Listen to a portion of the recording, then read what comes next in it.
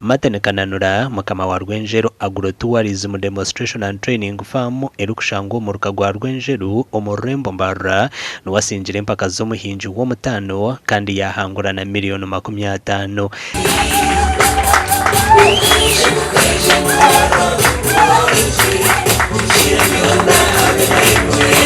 Henry Rugorobi okurwa muri Kampala kwasura umwanya gwa kabiri yasingura miliyoni 30. Dero Sebastian Ngambwa okurwa mu Ruwero yakwata umwanya gwa kashatu kandi yasingura miliyoni 20. Abandi basingwira empakezi hari mu Facebook Mangambe okurwa muri Charles zo muri district ya Chenjojo, Bosco Otto okurwa muri Omoro hamwe na Patrick Chakuraga okurwa muri Iganga hamwe na nabandi. Okay, congratulations. Matene Kananura singire empakeze za Best Farmer erizo batwamshanga hafamu ye kandi yayireka amashemererwa. Nyowe ni impuranshe merirwa munonga ni mayango y'icyo cyarabo cyo mwaka cyintongere kandi atungire ho cyarabe kindi cyo kuba mushemesa murungi umuyanga ryona umwaka gwe 2017 nabwo bakambenda abashemesi 10 nabo wa kabiri nabwo naza Ireland na marayo sande yona natunganebera mu byesente naki mbona hati icyana cyakurata so tema yombero byo misho ikindi atunga.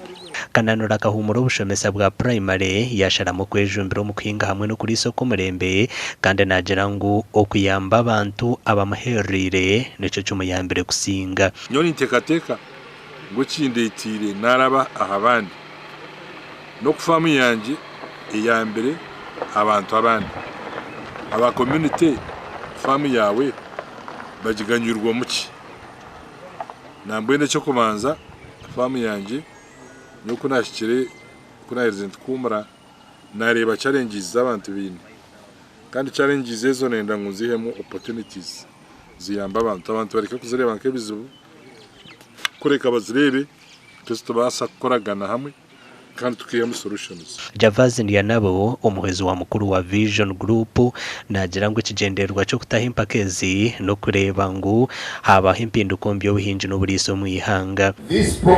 This project is transformational and there are very many testimonies.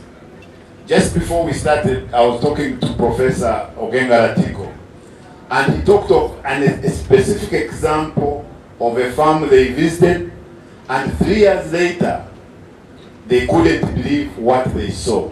Ndiana bahati na yenda government okongera mani omukutungura ebyo buhinji no burisa. This is an appeal that we can do more as a country for agriculture to support them in terms of very many things, but we were a short while ago talking about what if there was an agricultural bank where farmers can access very low interest loans. Omuhandicho mukuru Ministry y'ebyo buhinji no burisa Major General David Kasula asimire Vision Group aho kutungura ebyo buhinji no burisa mu Uganda.